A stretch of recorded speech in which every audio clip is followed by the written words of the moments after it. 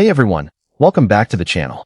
In today's video, I'll show you how to fix the your PC does not meet the security requirements error in Call of Duty Modern Warfare 4, especially when the game says that a BIOS firmware update is required.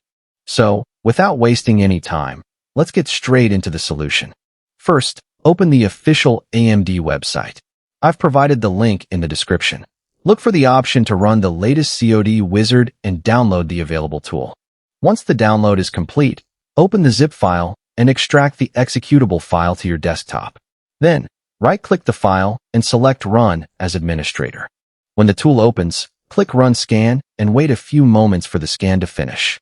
If it reports that a BIOS firmware update is required, you'll need to download the correct BIOS update from your motherboard or laptop manufacturer. To do this, open the official manufacturer website. I've also provided the relevant link in the description. Find your motherboard or laptop manufacturer from the available list and open its support page. Enter your exact model number or select your product manually. Then go to Drivers and Tools, Support, or a similar section, depending on the manufacturer. Next, locate the BIOS or firmware section and find the latest BIOS version available for your exact model.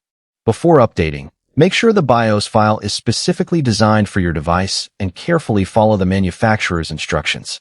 BIOS updates can be risky if the wrong file is used or the process is interrupted, so keep your device connected to power and don't turn it off during the update.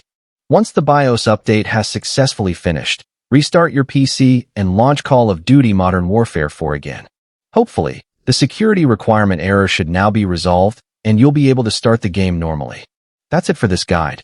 If this video helped you, make sure to like, subscribe, and turn on the notification bell for more gaming fixes and tutorials. Thanks for watching, and I'll see you in the next one.